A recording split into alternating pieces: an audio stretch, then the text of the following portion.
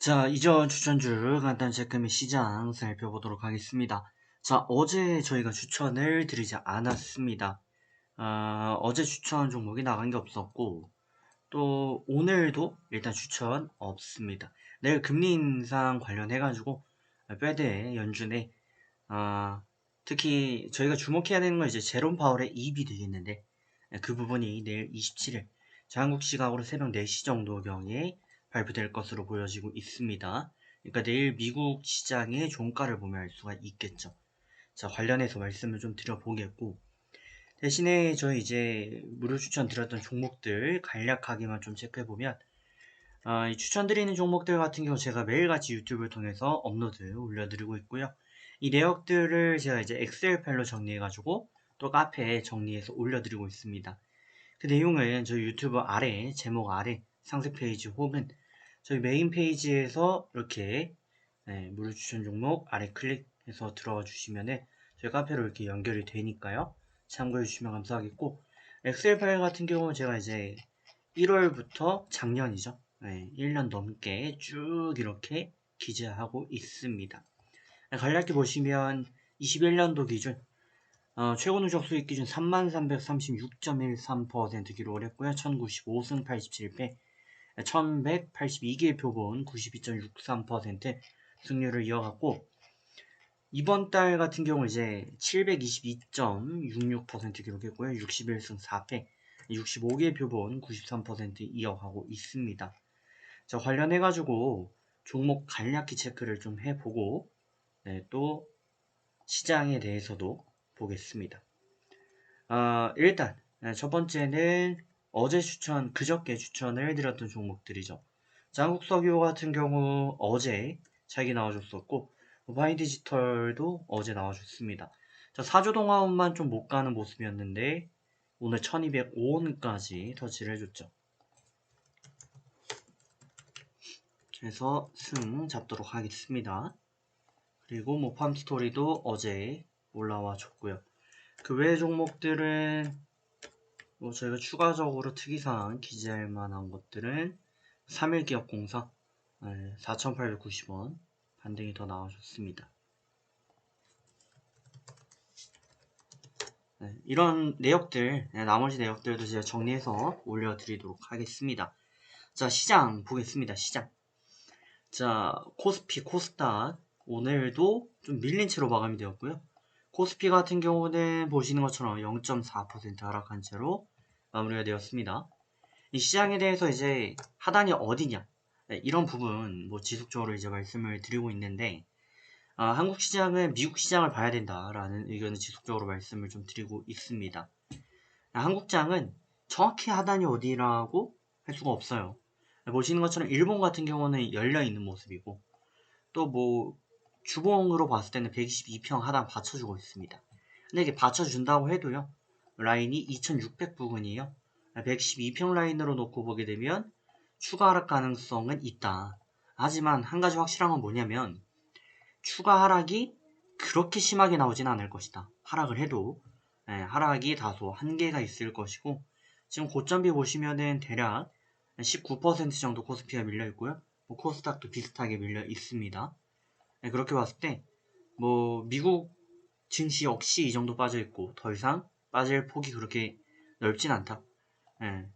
이 부분에 대해서 제가 이제 여러 가지 말씀을 좀 드려볼 텐데, 일단 첫 번째 제가 간략하게 말씀드려서 첫 번째는 차트적인 측면에서 이해를 좀 도와보도록 하겠고요.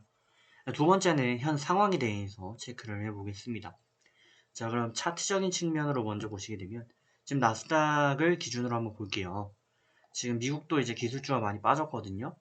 나스닥을 기준으로 보시게 되면 지금 굉장히 많이 폭락을 했고, 고점비로 봤을 때 19% 정도 이렇게 밀렸습니다. 그죠? 금리 인상발 이슈로 인한 하락이었고요. 원래는 뭐 10% 안팎의 하락장 이 정도 이어졌었어요. 하지만 지금은 좀 많이 하락을 한 거고, 이전에 이만큼 하락했던 때를 보시게 되면 일단 코로나 때가 있었고요. 2020년도 코로나 때가 있었고, 또 2018년도 이때 금리 인상을 이제 8번 단행하게 되면서 이때는 뭐 한다 안 한다 이럴 때도 아니고요. 했죠. 그냥 해가지고 8번 연속 금리 인상을 딱딱딱 때려버리니까 그에 따른 충격이 이렇게 폭락하는 현상까지 만들어줬던 것이죠. 뭐 그 외의 상황들을 보시면은 중간중간에 뭐 위협이 있었지만 역시 마찬가지로 10% 초반 정도 하락 이 정도로 그쳤었고요. 그리고 그 다음으로 저희가 주의 깊게 봐야 되는 게 15년도인데 이때가 지금이랑 많이 유사해요. 유사한데 이때 이제 금리를 풀다가 돈을 풀다가 이제 다시 감아 들이면서 금리 인상으로 인한 타격이 강하게 왔고요. 당시 18% 정도 밀렸습니다. 그 전에는 보시는 것처럼 이제 중국발 악재가 있었죠. 그래서 이 정도.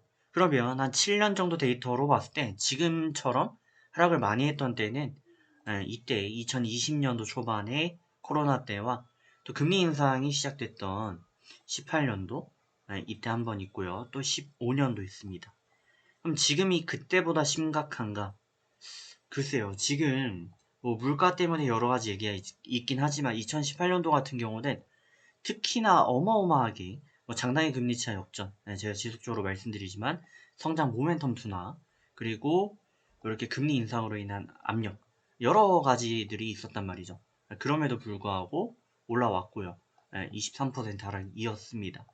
그렇게 감안했을 때 이때만큼인가? 그거는 아닌 것 같아요. 그럼 2015년도와 비교했을 때 이때랑 비슷한 상황으로 가고는 있는 것 같아요.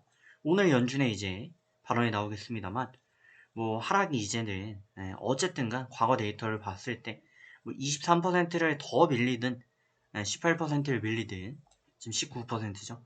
추가 하락 가능성은 이제 다소 제한적이다 라고 볼 수밖에 없는 거고 그 이상 하락했던 또 과거 데이터는 이렇게 금리 금융위기 때 이때 이 정도 상황이었어요. 그 정도까지 지금 흘러가진 않고 있습니다.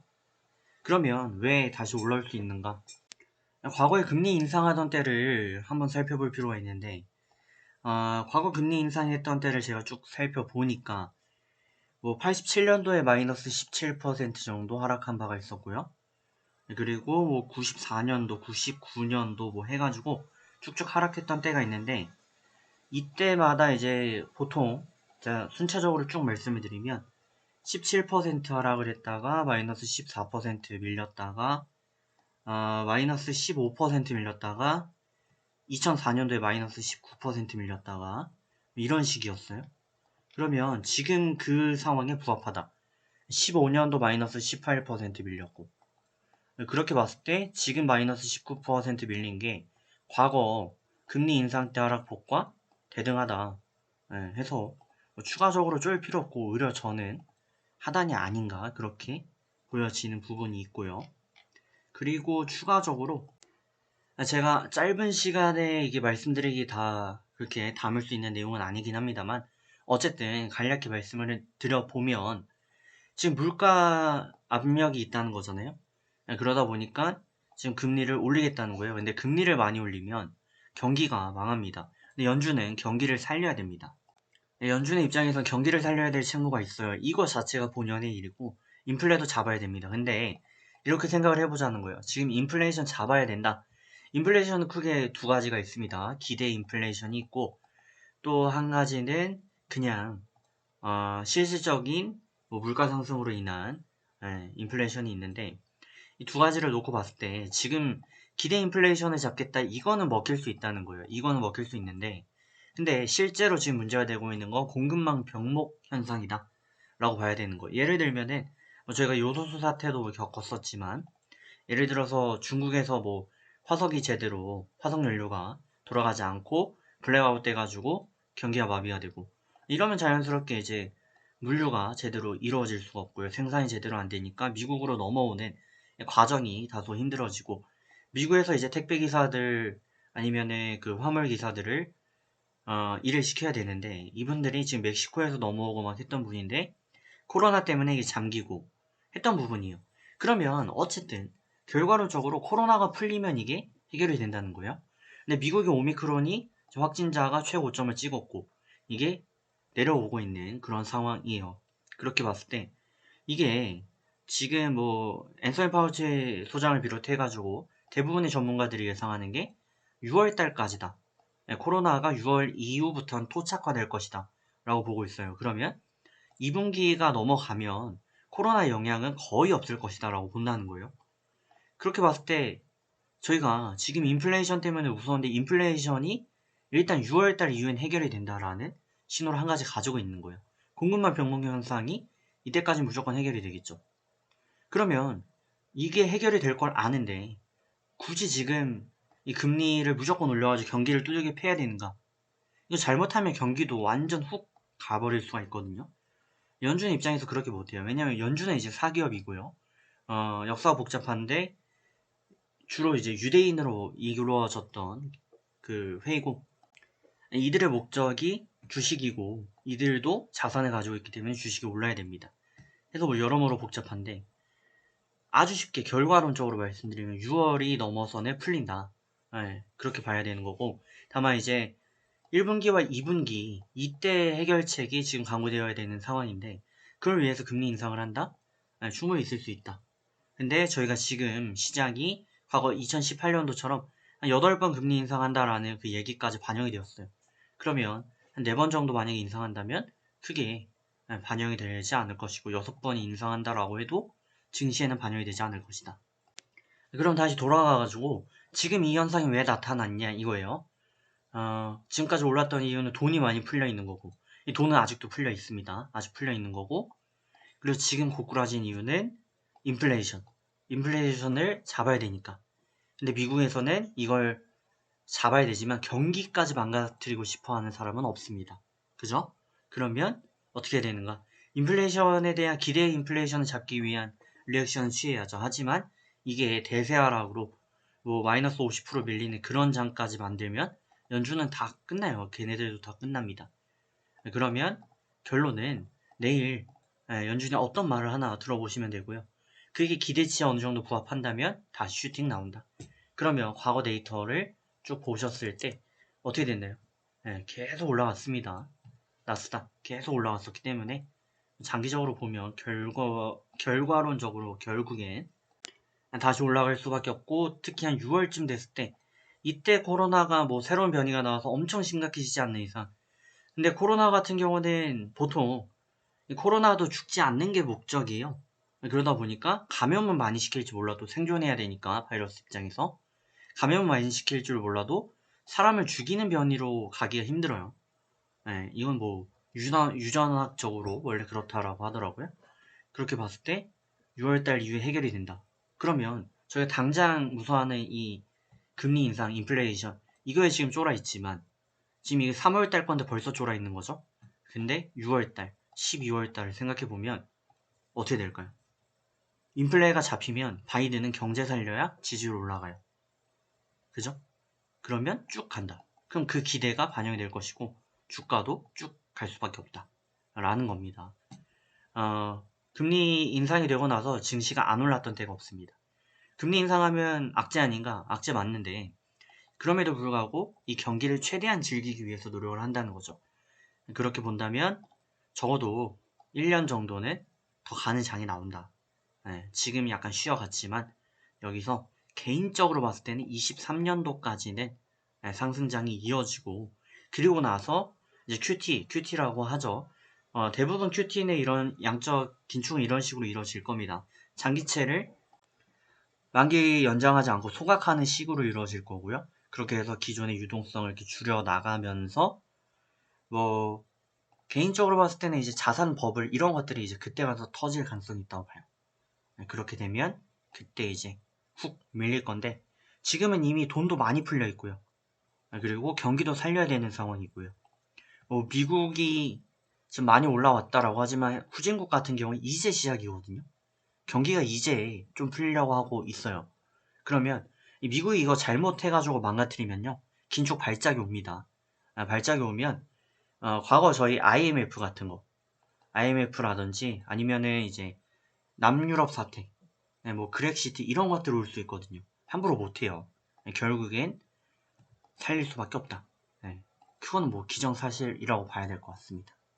그래서 제가 이제 뭐 자료들을 이렇게 쭉쭉 보여드리면서 말씀을 드리면 좀 더 좋을 텐데 제가 좀 간략하게 수많은 내용을 좀 짧게 설명드리려다 보니까 조금 부족한 부분이 있긴 합니다. 하지만 뭐 취지는 잘 이해가 되셨을 거라고 생각이 되고, 결국에는 우상향할 수밖에 없다라는 말씀드리고, 지금 말씀드린 내용들 VIP분들께는 제가 이제 자료 배포를 드렸던 내용이거든요.